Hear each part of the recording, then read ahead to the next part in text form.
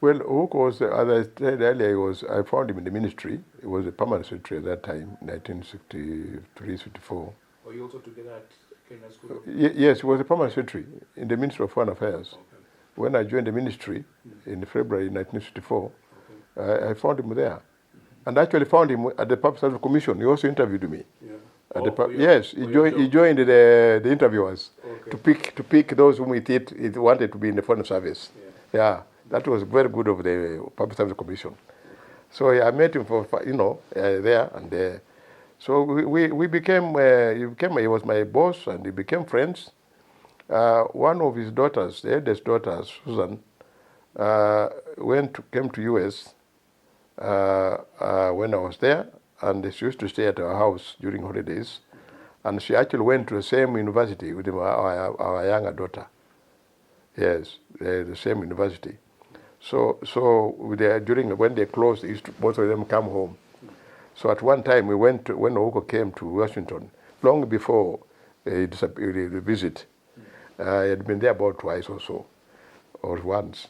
And we visited, when they came without a president, we visited his daughter, and his son was also in a student place in, I think, in Connecticut.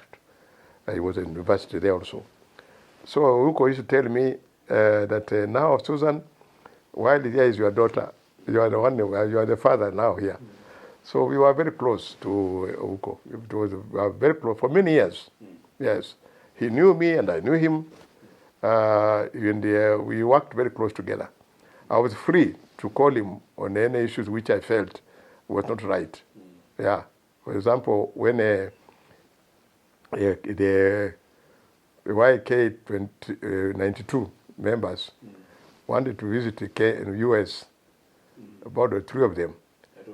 I don't want to name. Don't mention names. Okay. They want to visit there, and they said we should make appointments for them with the State Department, the Congress, the World Bank, and all those places. So I sat with my colleagues in the embassy, looked at the situation, and they all agreed that we should not welcome them. We do not need them.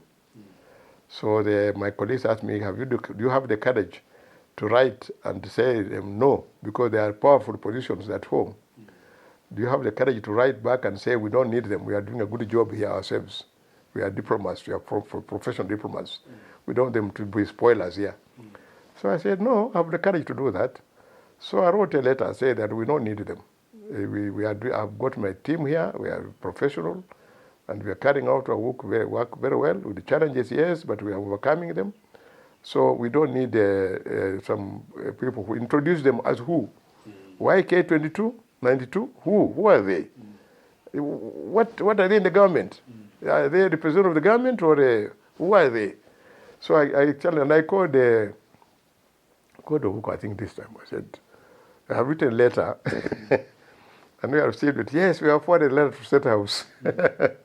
So let the president deal with that issue. It's too hot for us to handle it.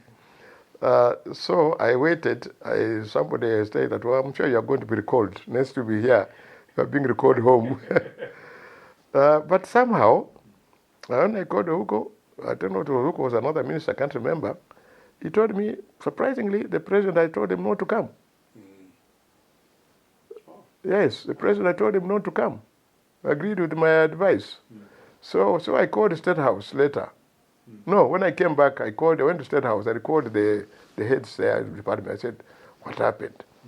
They said, oh yes, they came here, fire, saying the ambassador in Washington is very proud. He doesn't need us. He said, they said all kinds of things. Literally, they really wanted you to come home. Oh yes. Really? Oh yes, because not wanting to facilitate. No, facilitate them. Yeah. So, but I said, how did they said? Then the president told them, it is Afande na timu yake wachana wafanye kazi yao huko. Nyinyi msiende. So he told me, he said, the president has a lot of confidence in you. He said, if Afande said you should not go, Let him do the job himself there na watu wake. Niyo tokeni, msiende. So I was spared. So you can see the kind of challenges you have to go through. Yeah. But Ouko, going back to Ouko, he was a professional diplomat. He did diplomacy long before independence. During the day when there was the governor, that's the time they were appointed. The governor, the British governor, you represent the Queen. So he was a very, very seasoned diplomat. And it was easy to work with him because he knew what the challenges we were getting. He didn't work in an embassy, unfortunately, but he knew the challenges we were meeting at our embassy. Fortunately, at that time, there was also Joseph Murumbi, who was the Minister of Foreign Affairs. Was the first Minister of Foreign Affairs. Was it that before he became a vice president? Yeah, before he became vice president, yes, he was our minister. He had also had an exposure in foreign affairs, I think in Morocco, while he was still agitating for independence. He got a job in one of the embassies in, I think in Morocco or somewhere in a North African country. I think it's Morocco, where he served there. So he knew how the work of the embassy. So he was also very supportive. It was a very good team with both of them. When I started myself, I'm saying, yeah.